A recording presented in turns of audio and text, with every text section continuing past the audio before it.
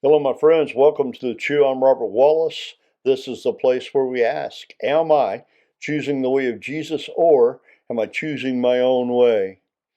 This week, we've seen freedom that comes with forgiveness. The freedom to do the right thing for Zacchaeus was by making restitution, abundantly so, with a clear heart and mind. We have no record of a conversation between Jesus and Zacchaeus telling him he needs to do this, that, or the other.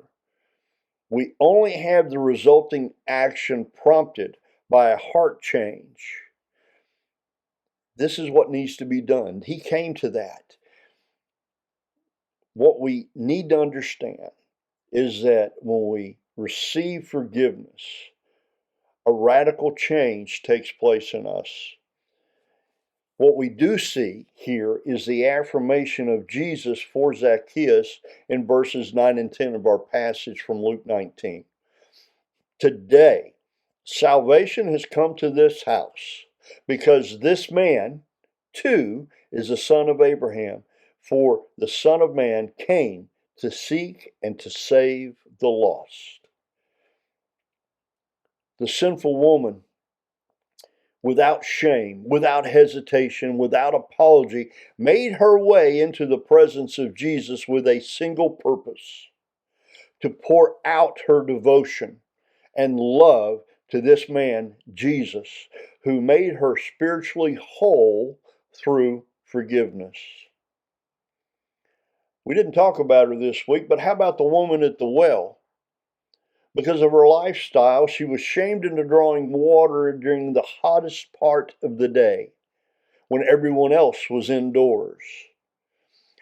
After her encounter with Jesus at the well, where she learned the truth, she immediately went back into town, declaring the news of forgiveness to everyone without shame. She was letting everyone know, instead of hiding and seeking to be unseen, she was seeking to let everyone know that Jesus was there, that the Messiah had come. Well, let's not forget the one leper now. Remember, we talked about the 10 lepers that were healed by Jesus and one returned? Well, this man had been living a life where he was shunned due to his physical disease, and he had no control over it.